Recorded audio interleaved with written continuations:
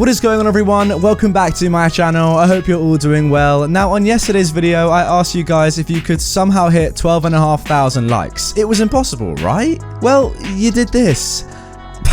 It's not even been 24 hours. This is kind of getting insane. I'm not really sure what to do. I'm just going to keep asking for more, I think, until you can't do it. So why not? Let's go for 15,000. If you can hit 15,000 likes in a day, that is going to... I mean, seriously, I'm going to be speechless. With that being said, let's not waste any more time. Let's jump straight into our first entitled parent story. Well, it's Corona season and I'm very obviously Chinese. So, hello. It's been a while since I last wrote one of these. Anyways, let's get on with it. One more thing, I didn't really see who it was specifically since I was trying to get along on my way. Right then, so I live near a medium-sized town called Hucknall in England. The people there are quite nice. Normally, I would walk past the town to the nearby Tesco, as my parents are at a major health risk if they go out. My mum has asthma and my dad has had pneumonia before. Now, this isn't the first time I've taken this route. I go this way at least once a week for some light exercise and groceries. So here I am, walking along the pavements, and I see this family coming towards me. First of all, people normally move across the street in order to keep social distancing, and there was no way I could fit 2 meters between me and this family. A mum, a dad, and 3 kids. So I move across and they all stare at me. And I think the mum, female voice, says, "Are you kidding me? He brought the virus here and he moves away from us?" And then I'm guessing that one of her kids, imagine the voice of the "I smell like beef baby," says, "Is it his fault I can't see my friends?" She answers with a simple yes, and I think he can hear us. Walk a bit faster. At this point, I've taken out my phone and pretended that I was checking my messages. Anyways, I walked a bit further around as I used this opportunity for some exercise, and it turns out that they were going to Tesco too. Yay. Now, Tesco had these massive lines since there is 2 meters in front of each person, and so the line seems incredibly long, and I see them there. To be petty, I walked into the line before them. As a scout leader, I kinda have the advantage. And then it hits the fan, kinda greatly exaggerated, and they tried to get in front of me. Now, the staff clearly didn't allow this and told them to go back, so instead, they move out of the queue and try to go to the front, which obviously backfired. As a result, they then point at me and say, "That chink shouldn't be in front of us. We didn't bring this virus." They were kind of far, so I only heard some parts of the conversation. Anyways, they were very shortly directed away afterwards, and the staff members apologized to me, which was really unfair since it wasn't their fault. So I went shopping and went home. I haven't seen them again yet. Finally, the thing is, I've gotten stares on the street, but I've never actually had any direct confrontation. Anyways, thanks for reading. Oh man, guys, this story is just disgusting. I mean, the fact that you even are getting stared at in the street purely because of your race is horrible, but then being labeled as the person that caused the coronavirus, or at least the race that caused corona, why? I mean, just because he's Chinese doesn't mean this guy has even been anywhere near China in the last however many years. It doesn't mean that he's brought the coronavirus over to whatever country this is in. Honestly, the logic on some of these entitled parents is mind-blowing. It must just be stupidity, right, that someone can think this way, or it's just downright racism, probably that as well, to be honest.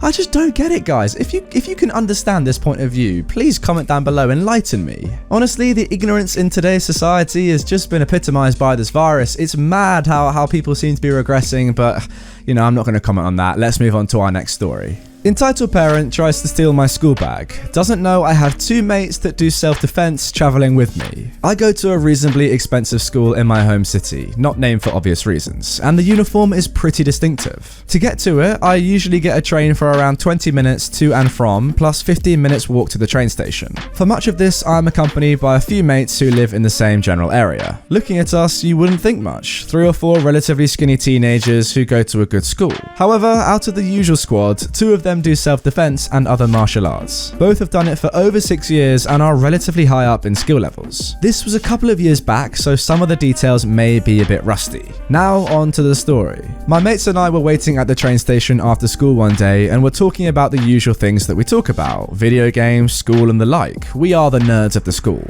We see our train rock up to the platform and we get on. For once, there are more than 10 empty seats and my mates sit down in a set of 4 while I stand. We put our bags on the ground outside the way of the walkway and continue our conversation. A few minutes pass, and then a mother with a small kid, no more than 5 or 6 years old, comes onto the train. By this point, most of the other seats were filled up, so my mates offered to move for them and she accepted. We picked up our bags and moved down the carriage a bit to an open area where we could stand without disrupting anyone. 2 stations later, the mother gets up, leaving her kid still sitting down, and starts asking us questions about our school. How is your school? I hear that it is very good and gets consistently high results. My first friend says, it is very nice, thank you. We really enjoy going there. This general theme of question goes on for a few minutes, and she asks us about the teachers, the administration, how we feel about going there, etc. After a few more questions, she turns to her kid and says, you will go to school here. It sounds like a great place. She turns back to myself and my mates and says, would one of you please mind giving your uniform to my son? It looks expensive and I think you'll be able to afford it better than I will. We all deny her and make to leave the carriage. She sees us leaving and reaches down to try and take my bag and run. She does so but doesn't get far, as my first mate and my second mate both run after her and tackle her to the ground. These are obviously the guys that know self-defense. While this is happening, my third friend goes up to the emergency intercom and tells the train driver to call the police and stop at the next station. When the police arrive at the next station, the entitled parent is taken into custody after statements from myself, my 3 friends, and a random person who saw it all happen. All of this, coupled with the security tapes from the carriage, meant that she was found guilty of attempted robbery. Her total sentence was 14 months, coupled with a few fines costing over $2,000. One of these was for the fact that the train had to wait for a while for the police to arrive. She had to pay the cost of this effect. Well, 1.5 years in prison for that? Does it really seem worth it just for stealing a bag? Like, what goes through her head there? She sees your bag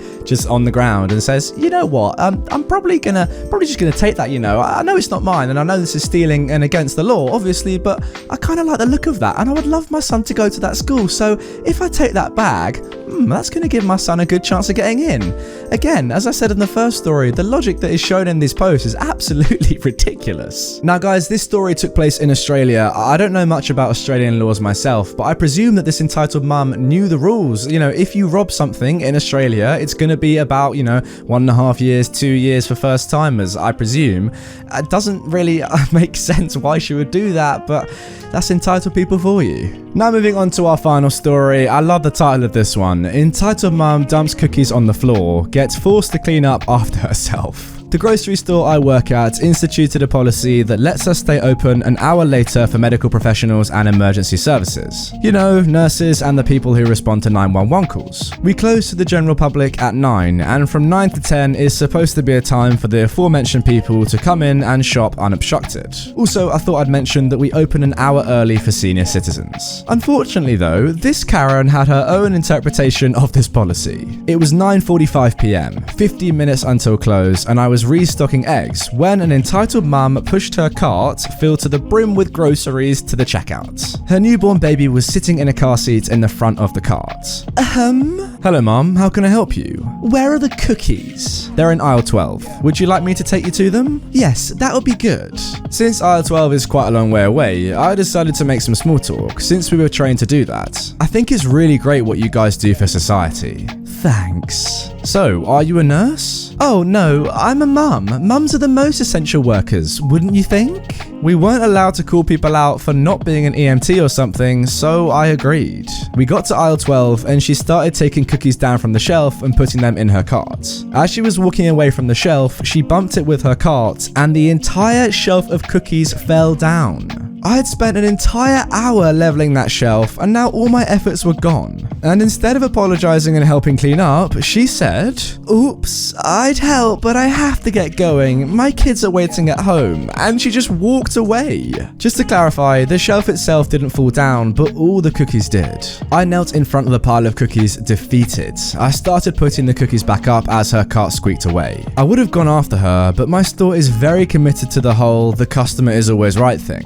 I started putting the cookies back up, which would honestly take another hour and a half because of the sheer amount of cookies on the floor. About 15 minutes in, my manager comes by and freaks out about the cookies. But then he realizes OP wouldn't just knock down all these cookies, right? So he asked me, what happened? Now guys, OP did say earlier that the manager is 6'5", easily 300 pounds, and a West African immigrant, not the type of guy you want to mess with. Oh, some lady bumped her cart into the shelf and everything fell down. What?